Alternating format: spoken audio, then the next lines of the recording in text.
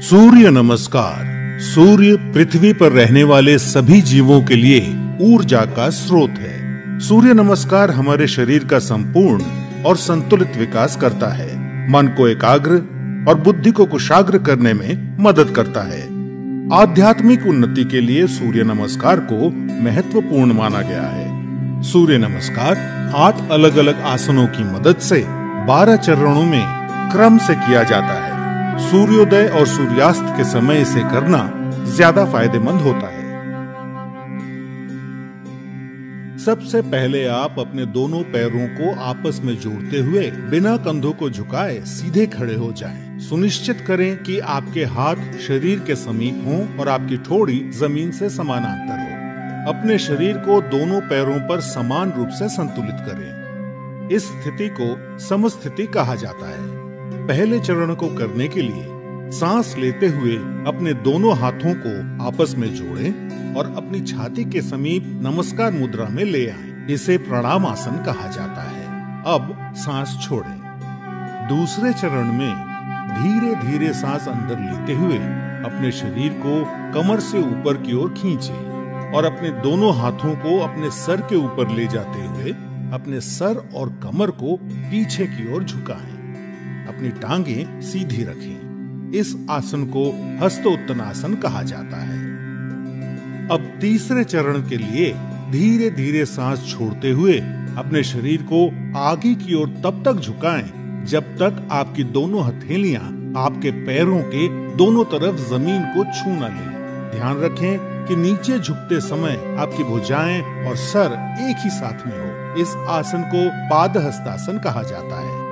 चौथे चरण को करने के लिए एक गहरी सांस अंदर लें और अपने दाएं पैर को पीछे की ओर ले जाएं और अपने घुटने को जमीन पर सटा कर रखें। सुनिश्चित करें कि आपका दायां पैर पंजों पर हो, आपका बायां पैर का घुटना 90 डिग्री पर हो, दोनों हथेलियां जमीन पर हों, आपके कूल्हे नीचे और ठोड़ी ऊपर की ओर हो।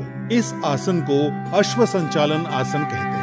अब पांचवें चरण में एक गहरी सांस छोड़ते हुए अपना बायां पैर इस प्रकार पीछे ले जाएं कि वो आपके दाएं पैर की सीध में हो। सुनिश्चित करें कि आपके हाथ और कंधे सीधी रेखा में हों और साथ ही कंधे, पीठ और नितंब भी एक ही सीध में हों।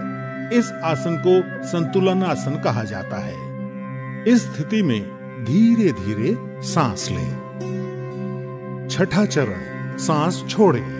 अब अपने दोनों घुटनों को एक साथ जमीन पर रखें और अपनी छाती और माथे को भी जमीन पर रखें। सुनिश्चित करें कि आपके कूल्हे ऊपर की ओर और आपकी कोहनियां आपके शरीर के समीप हों। इस आसन को साष्टांग नमस्कार आसन कहा जाता है क्योंकि आपके शरीर के 8 अलग अलग अंग जैसे दोनों पांव के पंजे, दोनों घुटने, दोनों हथेलियां, छाती और माथा जमीन को छूते हैं। ध्यान रखें कि आपके शरीर का वजन 8 अंगों पर सामान्य रूप से वितरित हो।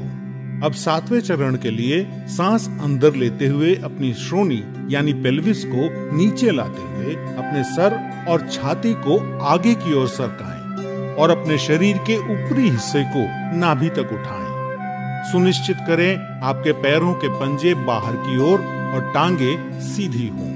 इस आसन को भुजंग आसन कहा जाता है। 8वां चरण, धीरे धीरे सांस छोड़ते हुए अपने पैरों के पंजों को अंदर की ओर मोड़ें और अपने कूल्हों को इतना ऊपर ले जाएं कि आपका शरीर एक पर्वत का आकार ले ले। सुनिश्चित करें आपकी दोनों टांगे सीधी, हथेलियां जमीन पर हों और आपका सर भुजाओं के बीच हो।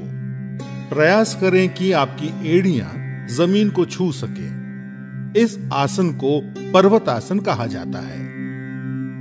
9वें चरण के लिए अपने कूल्हों को नीचे लाएं और सांस लेते हुए दाहिने पैर को आगे लाएं और अपने बाएं पैर के घुटने को जमीन पर रखते हुए पुनः अश्व संचालन आसन में आ जाएं। 10वें चरण में अपना बायां पैर भी आगे लाएं और सांस छोड़ते हुए पुनः पादहस्तासन में आ जाएं। 11वां चरण, अब धीरे धीरे सांस अंदर लेते हुए अपने शरीर को सीधा करते हुए अपने दोनों हाथों को ऊपर की ओर ले जाएं और पुनः हस्तोत्तनासन में आ जाएं।